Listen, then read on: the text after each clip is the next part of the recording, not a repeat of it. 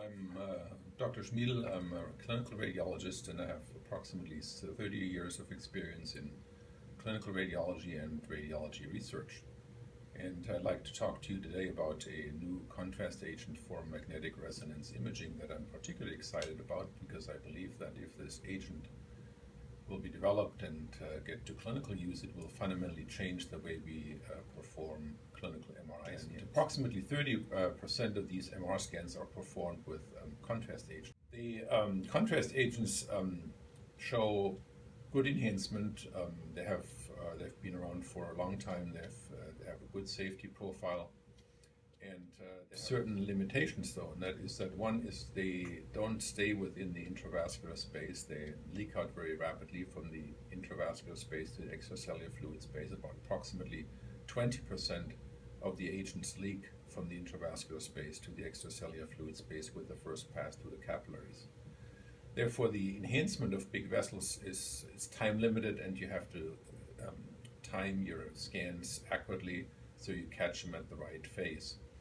Secondly, the signal strength that they actually deliver, so-called contrast enhancement, is limited because they are small molecules, and their potency to do that is relatively small. I mean, it's clinically useful, but it's small. Lastly, they all rely on the kidneys to be excreted from the body. We are limited in the sense that these agents cannot be used in patients that have abnormal renal function. They pose certain risks when they stay a long time in the body.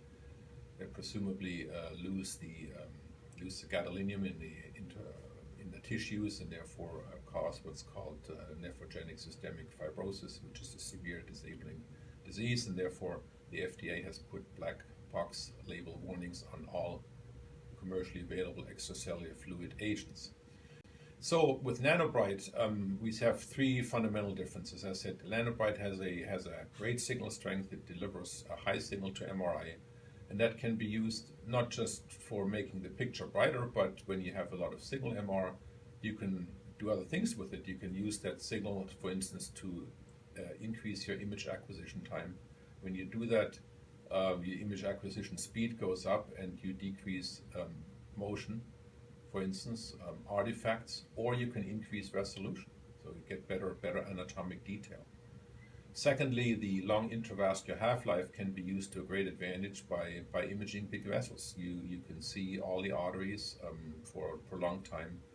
So you can, for instance, do what we call a peripheral arteriogram with MR, so-called runoff study, without having to re-inject the contrast agent. You inject Nanobrite once, and it stays in the intravascular space, and you have it's almost an hour at least to image those vessels at a very high resolution, which is very advantageous.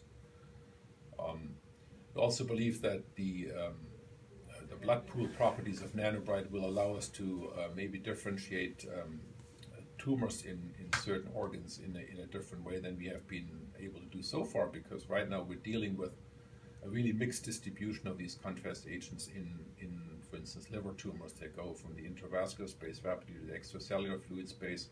And while we as radiologists have learned over time how to use these properties of these agents to characterize these tumors, I think that an agent that stays in one space is will be a lot more definitive and might be more helpful to actually characterize these tumors.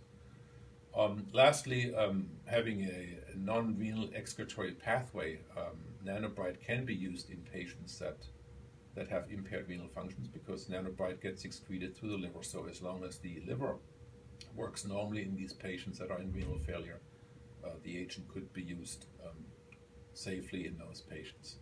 So in summary, Nanobrite is a fundamentally different contrast agent from the ones that are on the market currently in wide clinical use. It offers these three advantages: a much greater signal strength, a different distribution, purely intravascular distribution, and a different excretory pathway. And as I said in my introductory sentence, that if Nanobrite gets developed and will become clinically useful, it will fundamentally change the way we practice clinical MR imaging.